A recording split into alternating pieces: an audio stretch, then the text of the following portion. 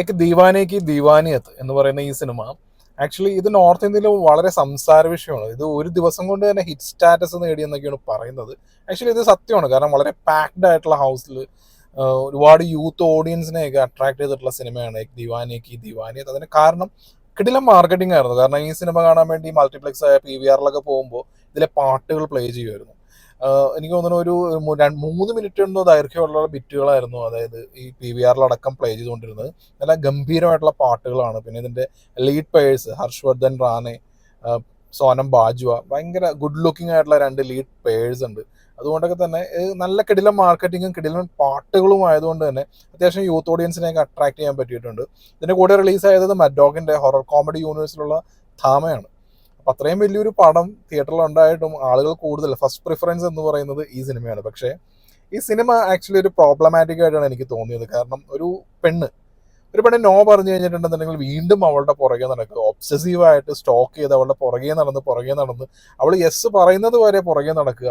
എൻ്റേത് true love ആണ് എന്നുള്ള ഒരു ആണിന്റെ പ്രണയവേദന, അതിനെയൊക്കെ പ്രണയവേദന എന്ന് പറയാൻ പറ്റുമോ എന്ന് എനിക്കറിയില്ല, അതിനെ ഗ്ലോറിഫൈ ചെയ്ത് കാണിക്കുന്ന ഒരുപാട് സിനിമകളുണ്ട്. അത് പണ്ടും ഒരുപാട് വന്നിട്ടുണ്ട്.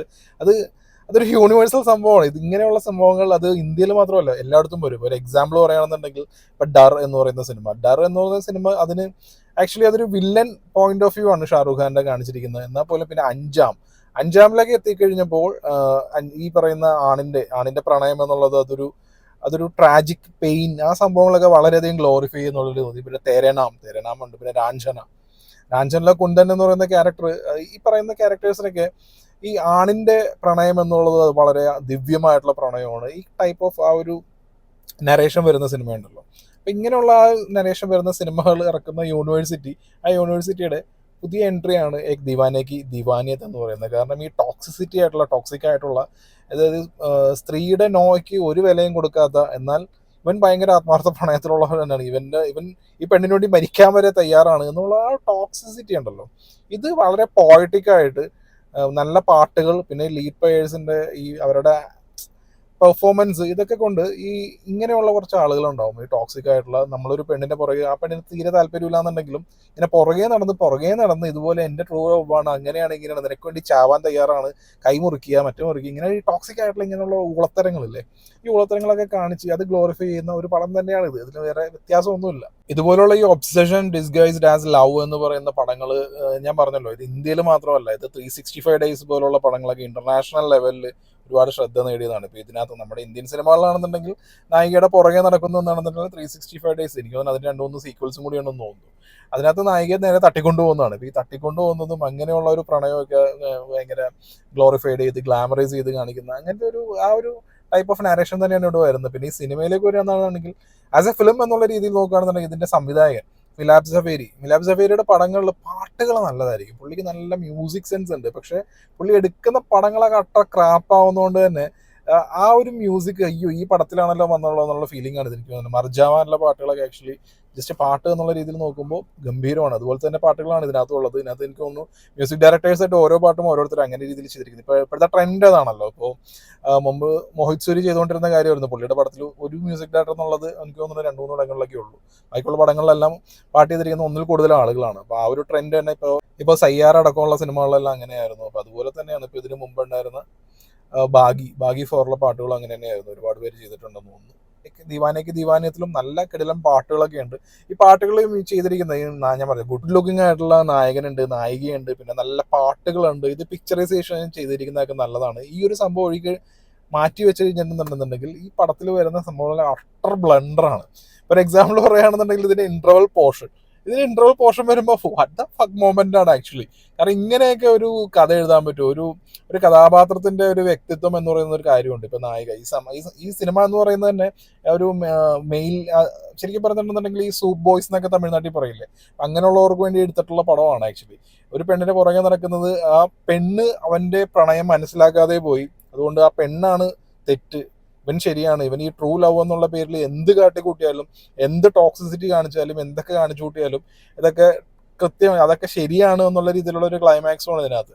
ഇപ്പൊ ചില കാമുകന്മാരെ ശ്രദ്ധിച്ചിട്ടുണ്ടോ, നമ്മൾ ചില ന്യൂസുകളിലൊക്കെ വായിക്കാറുണ്ട്.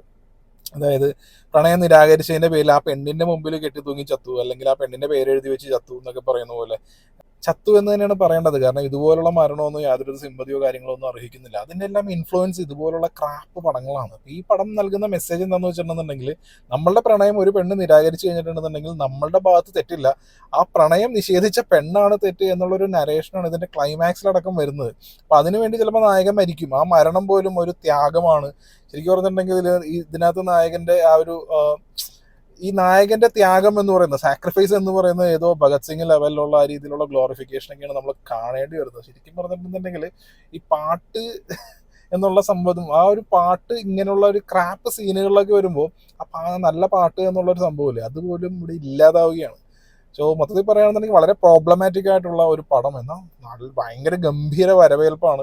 ഇപ്പോഴത്തെ ജനറേഷനിലുള്ള എല്ലാവരും ഒക്കെ ഇങ്ങനെ വാ ഇതൊക്കെയാണ് സിനിമ എന്നുള്ള രീതിയിലൊക്കെ എൻജോയ് ചെയ്ത് കാണുന്ന ആ ഒരു പ്രവണതയൊക്കെയാണ് കാണുന്നത്. സോ അത് അവരുടെ ഇഷ്ടം. ഓക്കെ, നമ്മളുടെ ആ ഒരു ടേസ്റ്റ് ലെവലിലുള്ള ഏതാണോ നമ്മുടെ ടേസ്റ്റ് അതിനനുസരിച്ചുള്ള കാര്യങ്ങൾ കാണുക. Okay, what ever. പക്ഷെ ഇതുപോലുള്ള ഹാപ്സ് ഒക്കെ സിനിമയാണ് എന്ന് പറഞ്ഞ് വരുമ്പോഴാണ് പ്രശ്നം.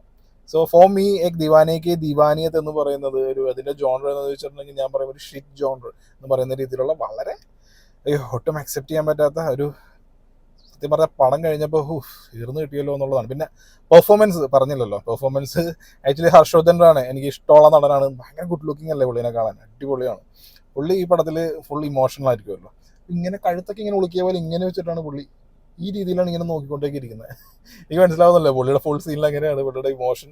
പിന്നെ ഇതിൽ സ്പെഷ്യലി മെൻഷൻ ചെയ്യേണ്ടത് ഇതിലെ ഡയലോഗ്സ് ആണ്. ഇതിലെ ഡയലോഗ്സ് എന്ന് പറയുന്നത് ഈ സാഹിത്യം അങ്ങ് ഓവറായി എന്തൊക്കെയാണ് പറയാൻ പറ്റുന്നത് എന്നൊക്കെ തോന്നൂല്ലോ, അതുപോലെയാണ്. പിന്നെ സോനം ബാജുവ ആക്ച്വലി ഇമോഷൻസും കാര്യങ്ങളൊന്നും മുഖത്ത് വരില്ല. അപ്പോൾ ആ ഒരു കുറവെല്ലാം പുള്ളിക്കാരിയുടെ കോസ്റ്റ്യൂംസിലും പിന്നെ പുള്ളിക്കാരെയും കാണിക്കുന്ന ക്യാമറ ആംഗിളിലൊക്കെയാണ് നമ്മൾ ഒബ്സർവ് ചെയ്തു വെച്ചിരിക്കുന്നത്. അറിയാലോ, പുള്ളി ഒരു അഡൾട്ട് കോമഡീസ് എടുക്കുന്ന ആളും കൂടിയാണ്. അപ്പോൾ അതുകൊണ്ട് പുള്ളി ക്യാമറ ആംഗിൾസ് എങ്ങനെയൊക്കെ വെക്കണമെന്ന് കൃത്യമായിട്ട് അറിയാവുന്നതാണ്. അപ്പോൾ ആ ഒരു വിഭാഗം ആളുകൾക്ക് ചിലപ്പോൾ സാറ്റിസ്ഫാക്ഷൻ നൽകിയേക്കാം.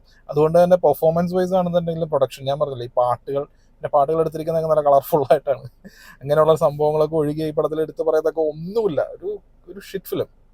അപ്പോൾ ഇതൊക്കെയാണ് ദിവാനയ്ക്ക് ദീവാനിയത്ത് എന്നുള്ള സിനിമയെക്കുറിച്ചുള്ള എൻ്റെ അഭിപ്രായം. നിങ്ങൾ കാണുക, കണ്ട് തീരുമാനിക്കുക.